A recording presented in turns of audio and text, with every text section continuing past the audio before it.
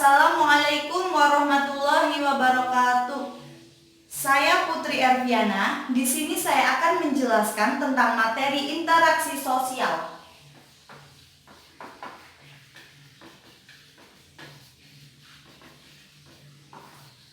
Nah, sebelum saya menjelaskan tentang materi interaksi sosial, ada yang tahu nggak apa sih arti dari interaksi sosial itu? Nah, kalau belum ada yang tahu, di sini saya akan menjelaskan tentang interaksi sosial.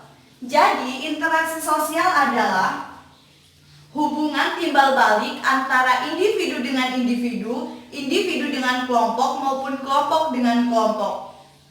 Secara sederhana, interaksi sosial dapat juga diartikan sebagai pertimbangan kita terhadap orang lain dalam kehidupan sosial dan masyarakat. Nah, interaksi sosial ini dapat terjadi apabila memenuhi dua syarat berikut. Apa saja sih syarat-syarat dari interaksi sosial itu? Ada yang tahu nggak? Nah, kalau kalian belum tahu, di sini saya akan menjelaskannya. Jadi, syarat-syarat dari interaksi sosial itu ada dua. Yang pertama yaitu kontak sosial. Yang kedua, komunikasi. Jadi, kontak sosial ini berarti bertemunya dua orang atau lebih, baik dengan alat maupun tanpa alat. Nah, yang dimaksudkan dengan alat ini apabila kita melakukan pertemuan secara virtual kepada satu orang ataupun banyak orang melalui media. Nah, sedangkan tanpa alat apabila kita melakukan pertemuan dengan seseorang secara langsung. Nah, kontak sosial terbagi menjadi tiga. Yang pertama, berdasarkan pelaku. Berdasarkan pelaku terbagi menjadi tiga. Yang pertama, antar individu. Jadi, antar individu ini adalah bertemunya si A dan si B dalam suatu tempat. Jadi, hanya antara si A dan si B. Sedangkan yang kedua, antara kelompok.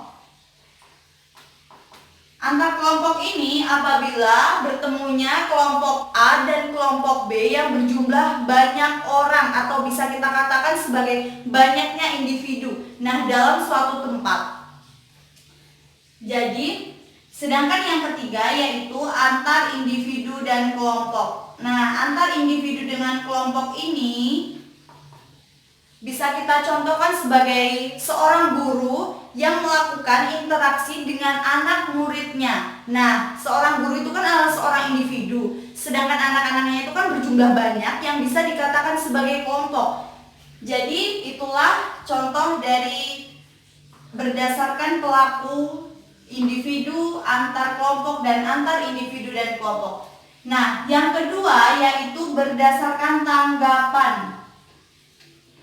Berdasarkan tanggapan terbagi menjadi dua. Yang pertama, positif.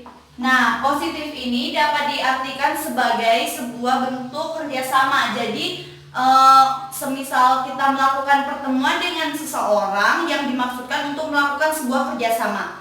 Sedangkan yang kedua yaitu negatif. Nah, negatif ini bertemunya dua orang untuk melakukan sebuah pertikaian atau pertentangan. Jadi, yang negatif ini tidak boleh ditiru. Sedangkan yang ketiga berdasarkan sifat. Nah, berdasarkan sifat terbagi juga menjadi dua. Yang pertama yaitu primer. Yang kedua sekunder. Primer ini seperti yang sudah kita singgung pada awal tadi, yaitu bertemunya seseorang secara langsung. Jadi, dia tidak menggunakan perantara ataupun media sama sekali. Sedangkan yang kedua sekunder. Sekunder ini bertemunya seseorang dengan orang lain melalui media ataupun pihak ketiga. Jadi sudah bisa ya membedakan antara primer dan sekunder. Sampai di sini saya menjelaskan. Apakah ada yang mau ditanyakan atau ada yang belum bisa dipahami?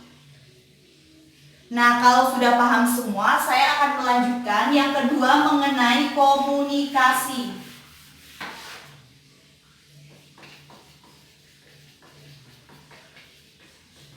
Jadi, komunikasi adalah pesan yang ingin disampaikan seseorang kepada orang lain agar pesan tersebut tersampaikan dan dapat dipahami dan dimengerti. Nah, komunikasi dapat terjadi apabila memenuhi syarat-syarat berikut ini. Apa saja sih syarat-syarat dari komunikasi? Apakah ada yang tahu?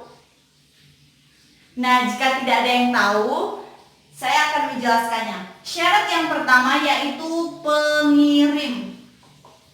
Jadi komunikasi dapat terjadi apabila adanya seorang pengirim. Pengirim itu adalah seseorang yang mengirimkan pesan kepada orang lain agar pesan tersebut dapat sampai dan dipahami. Sedangkan yang kedua adanya penerima. Dalam sebuah komunikasi, pesan tersebut dapat sampai kepada kepada seorang penerima. Jadi ada pengirim gak ada penerima kan lucu. Sedangkan yang ketiga pesan. Pesan adalah isi atau maksud yang ingin disampaikan si A kepada si B. Nah, sedangkan yang terakhir yaitu umpan balik. Apa sih umpan balik itu? Jadi umpan balik itu adalah respon ataupun balasan dari si penerima pesan tersebut yang akan dibalaskan kepada si pengirim. Nah, misalkan kalian bingung nih, Bu, kalau misalkan ada pengirim, ada penerima, dan ada pesan tapi nggak ada balasan, bisa dikatakan sebagai komunikasi nggak? Ya, itu tidak bisa dikatakan komunikasi karena komunikasi dapat terjadi apabila memenuhi 4 syarat berikut ini, yaitu adanya pengirim, penerima, pesan, dan umpan balik. Nah, komunikasi terbagi lagi menjadi dua bentuk. Yang pertama yaitu komunikasi verbal. Yang kedua komunikasi nonverbal. Nah, komunikasi verbal ini yaitu komunikasi yang dilakukan secara langsung ataupun tatap muka. Misalkan saya menyampaikan pesan kepada si A secara langsung. Jadi itu merupakan contoh dari komunikasi verbal. Sedangkan komunikasi nonverbal apabila saya menyampaikan pesan kepada seseorang menggunakan bahasa isyarat atau bahkan melalui perantara lain. Seperti yang kita ketahui, bahasa isyarat biasa digunakan oleh seseorang yang memiliki keterbatasan khusus. Nah, mereka menyampaikan pesan kepada seseorang melalui bahasa isyarat yang bisa dia pahami. Nah, jadi ketika kita mendapatkan pesan dari seseorang yang memiliki keterbatasan khusus tidak bisa berbicara, kita harus bisa memahami apa yang ingin dia sampaikan kepada kita. Jadi, cukup itu saja yang saya sampaikan materi tentang interaksi sosial ini. Apakah ada yang mau ditanyakan atau yang belum dipahami? Nah, jadi kalau sudah paham semua, saya yang akan bertanya kepada kalian. Coba sebutkan apa saja syarat-syarat dari interaksi sosial. Ayo Budi, coba sebutkan apa syarat dari interaksi sosial. Ya, benar. Syarat dari interaksi sosial ada 2, yaitu kontak sosial dan komunikasi. Nah, coba sebutkan kontak sosial berdasarkan sifat. Ayo, siapa yang tahu? Ya, coba Ani sebutkan apa saja? Ya, primer dan sekunder. Nah, jadi cukup sekian yang saya sampaikan tentang interaksi sosial. Apabila ada kekurangan saya mohon maaf. Dan saya akhiri, billahi fisabilil haq fastabiqul khairat. Wassalamualaikum warahmatullahi wabarakatuh.